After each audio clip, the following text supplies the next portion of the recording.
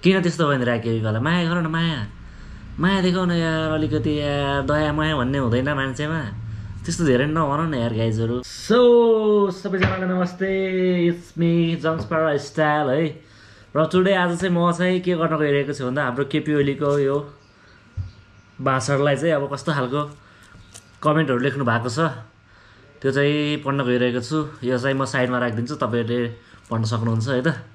Let's go to first comment. Okay guys, KP ओलीका upcoming गफहरू भनेको अब केपी ओलीले अब आउने दिने गफहरू के हुन् त है त। टोल टोलमा एयरपोर्ट बनाउँछु, ओ माई गड, टोल टोलमा एयरपोर्ट, ओहो कस्तो सजिलो। बादलमाथि च्याउ खेती गर्छु, पैसा फल्ने रुख रोप्छु, ओहो रुखमा चढेर पैसा टिप्नुपर्छ है, त्यसपछि त कम्की गमेच पैसै पैसा होगा। टुडी खेलमा तेलको कुवा खन्नेछु, ओहो पानीको कुवा भन्दा अब तेलको कुवा होइन। हरेक घरको छतमा हेलिप्याड बनाउने छु, छतमा हेलिप्याड, अनि हेलिकप्टर चाहिँ के गर्नु नभएछ, हेलिप्याड बनाएर काम न खास भयो नि। कसैले पढ्न पर्दैन, सर्टिफिकेट घरमै आउनेछ, सर अझ पाइपलाइनबाट सुई आउने होला घरमा होइन। घरमै बसेर रिमोट थिच्नुहोस्, सिधै अमेरिका पुगिन्छ, ओहो ट्याएको थिच टुई गर्दै जाने हो के हो। भोक लाग्ने बित्तिकै आफै पेट भरिन्छ। नेपाललाई मङ्गल ग्रहसँग रेलमार्ग जोड्छु, मङ्गल ग्रहसम्म रेलमार्ग। यो चाहिँ केपीहरूको नआउनु नि भन्न सकिँदैन यो गफहरू चाहिँ, किनकि उसले पहिल्यै गफहरू हानिरहेको थियो नि त, ड्या कहिले के भन्छ कहिले के भनिरहेको हुन्छ है। And next comment goes to here. यो हो यो त पढि नसक्नु खालको रहेछ यार। गाली गर्दा म थाकिसकेँ भन्नुभएको छ, कति गाली गर्नु कति भन्नु है, थाकिसक्यो क्या मान्छेहरू त।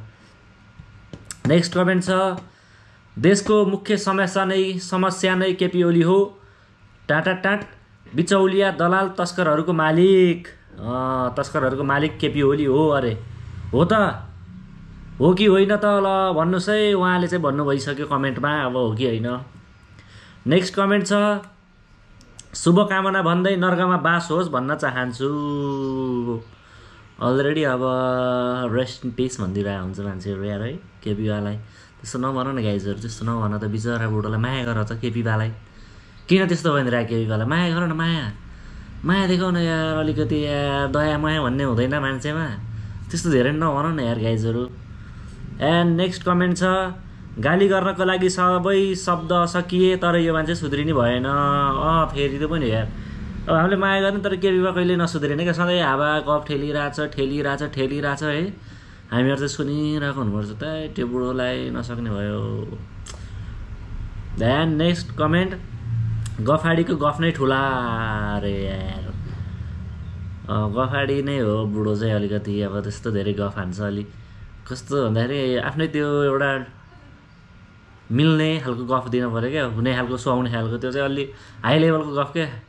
उसले चाहिँ पुरै अमेरिकाको जस्तो गफ, अमेरिका बनाइदिन्छु भनेर जस्तो गफ हानिदिरहेको हुन्छ होइन, त्यो चाहिँ अलि भएन।